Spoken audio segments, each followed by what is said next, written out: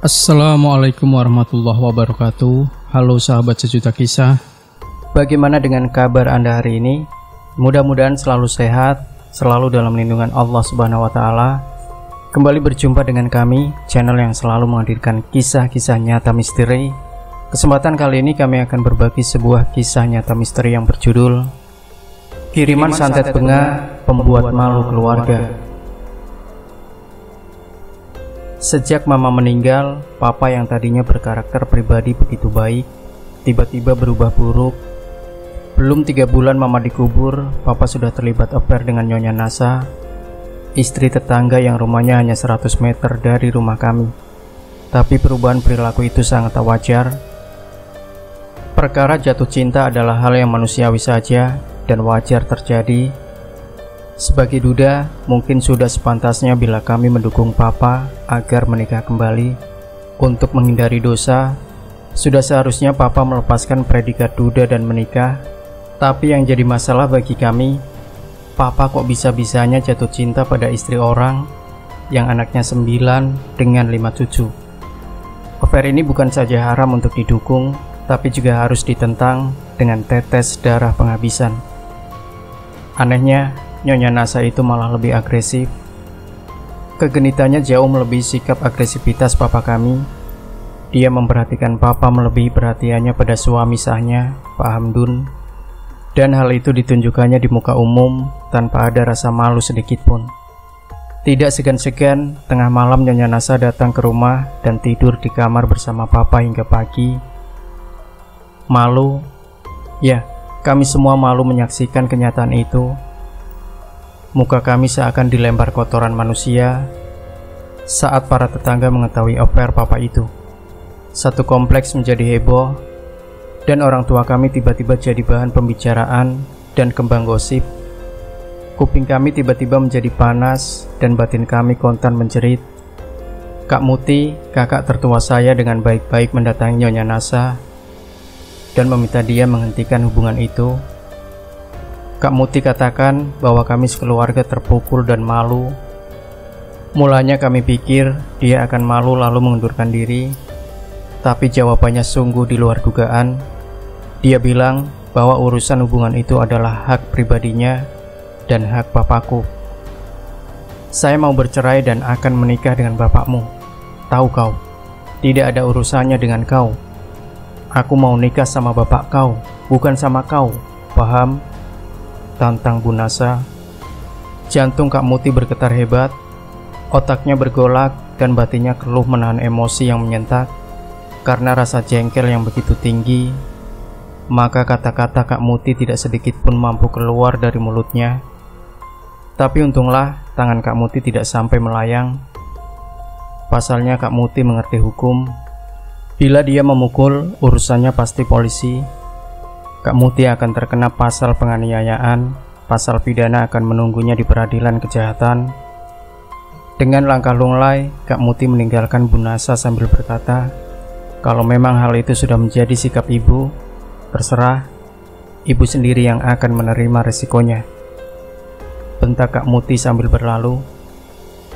Hari itu juga Kak Muti mendatangi anak Bu Nasa tertua, Tri Asmara, yang bekerja di Bank Mandiri Jalan Sudirman, Jakarta. Dengan baik-baik Kak Muti menumpahkan keluh kesah dan membeberkan semua permasalahan itu. Tri sangat kooperatif dan menerima semua laporan yang disampaikan Kak Muti. Tapi ternyata Tri sudah mengetahui kasus itu. Bahkan dia pernah menegur ibunya. Tapi memang si ibu keras kepala. Sang ibu bukan sekedar marah, tapi malah menantang Tri berantem karena Tri terlalu banyak campur tangan urusan pribadinya. Semua adik-adik saya juga malu akibat melihat tingkah laku ibu ini. Tapi mau apa dikata, ibu malah lebih marah dan semua adik-adik saya dimusuhinya. Coba sekarang dibalik, papamu yang diajak bicara, minta dia untuk meninggalkan ibuku, Ibu Tri. Seperti yang disarankan Tri, kami semua kumpul dan bicara sama papa. Seperti juga prinsip Bu Nasa, papa kami juga ternyata bersikap keras untuk menikahi Bu Nasa. Rumah tangganya bermasalah dan nampaknya tidak bisa dipertahankan lagi. Bu Nasa mau bercerai sama suaminya dan akan menikah sama papa, kata papa. Kami memberitahukan tentang gosip dan omongan nyinyir tetangga soal hubungan itu, di mana kasus itu sampai membuat kami kakak beradik menjadi malu. Kami meminta agar papa mencari perempuan lain saja yang jauh dari kompleks, dan kami berjanji kami yang akan melamarkan. Kalian anak-anak saya, kenapa kalian mengatur saya? Yang mengatur kalian itu adalah saya, bapak kalian, bukan sebaliknya, ngerti? Bentak papa dengan kata yang menyala-nyala. Saya mau kawin sama siapa, itu urusan saya, bukan urusan kalian. Paham? Bentak papa lagi. Mendengar bentakan itu kami semua menjadi diam, lalu pelan-pelan air mata kami menetes. Kami ingat pada ibu kami yang sudah terkubur. Kami bukan saja merasa aneh melihat perubahan sikap papa, bahkan kami sangat bingung mengapa watak dasarnya jadi 180 derajat berubah. Papa yang tadinya bijak, lembut, dan sayang pada anak-anak, kok tiba-tiba jadi galak, bengis, dan temperamental. Habis menangis satu persatu kami bubar dan tinggallah ayah sendiri di ruang tamu. Namun di kamarku, Kak Muti mengumpulkan kami semua dan kami sepakat untuk pindah rumah. Biarlah papa sendiri dan menikmati kesenangan pribadinya. Kita keluar semua dan cari kontrakan, saya yang bayar, kata Kak Muti.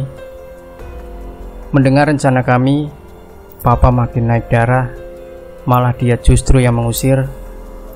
Pergilah kalian semua dari saya. Jangan ada satupun barang kalian di rumah ini. Pergi. Pergi sekarang juga, desak papa malam itu. Pagi harinya kami berangkat. Semua barang-barang kami bawa dengan sebuah mobil truk milik Pak John, tetangga kompleks. Kami menyewa sebuah rumah yang kebetulan milik teman Kak Muti di daerah Bumi Serpong Damai, Tangerang. Dalam waktu 1 hari penuh, semua meja, tempat tidur, pakaian terangkut semua. Papa hanya melihat dari jendela saat kami pergi meninggalkan rumah. Saat semua barang telah terangkut ke dalam truk, pada waktu truk berangkat dan mobil Kak Muti meninggalkan papa dari rumah, Bu Nasa datang menemui papa. Wajah Bu Nasa terlihat gembira. Dia bahagia sekali kami pindah, dan dia akan lebih bebas lagi bersama papa kami di rumah. Tapi biarlah mereka bahagia di tengah penderitaan batin kita.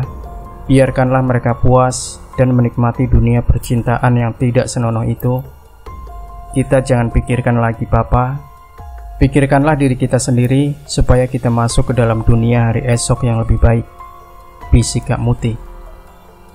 Setelah 3 bulan kami putus komunikasi dengan papa, tiba-tiba Pak John datang membawa kabar memprihatinkan.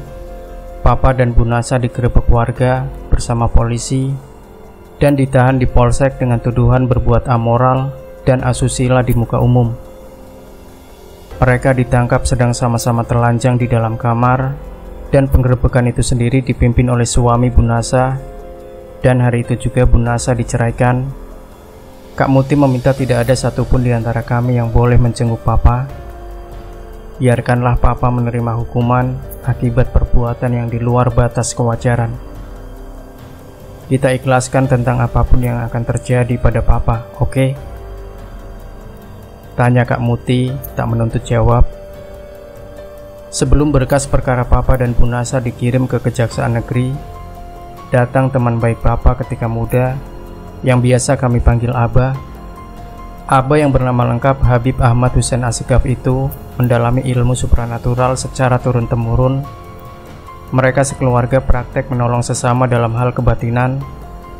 Abah sendiri hingga sekarang menjadi penasehat spiritual 3 orang menteri. Papa kalian terkena santet bengah, yaitu santet yang merusak otak kecilnya hingga hati nurani musnah seketika. Dan Abah sudah melakukan ritual pemusnahan efek dari santet yang jahat itu, tegas Abah. Sebelum kami menjawab, Abah meneruskan ceritanya. Disebut pula bahwa rasa kasih sayang, rasa rindu, rasa cinta pada anak-anak kontan musnah dari batin papa kalian. Ayah kalian itu jiwanya sangat tulus, bijak dan baik hati. Tapi sejak terkena santet itu, perubahan drastis terjadi. karena otak kecilnya sudah dirajam oleh kekuatan jin kafir yang sangat jahat. Jin itu dikirim oleh seseorang yang menaruh iri pada ayah kalian. Orang itu sangat jahat karena otaknya dikuasai 100 iblis. Dia juga mengirim santet secara bersamaan pada Bunasa, tetangga sebelah rumah kalian, yang kini sama-sama ditahanan polisi. Untuk itu saya mohon kerelaan kalian untuk memaafkan papa kalian, dan sekarang juga rame-rame menjenguk papa kalian di polsek, pinta Abah. Sebelum kami lama melamun, Kak Muti langsung mengajak kami pergi menjenguk papa. Bersama Abah, kami pergi ke polsek. Kami sangat terkejut begitu bertemu papa. Papa langsung memeluk kami dan menangis.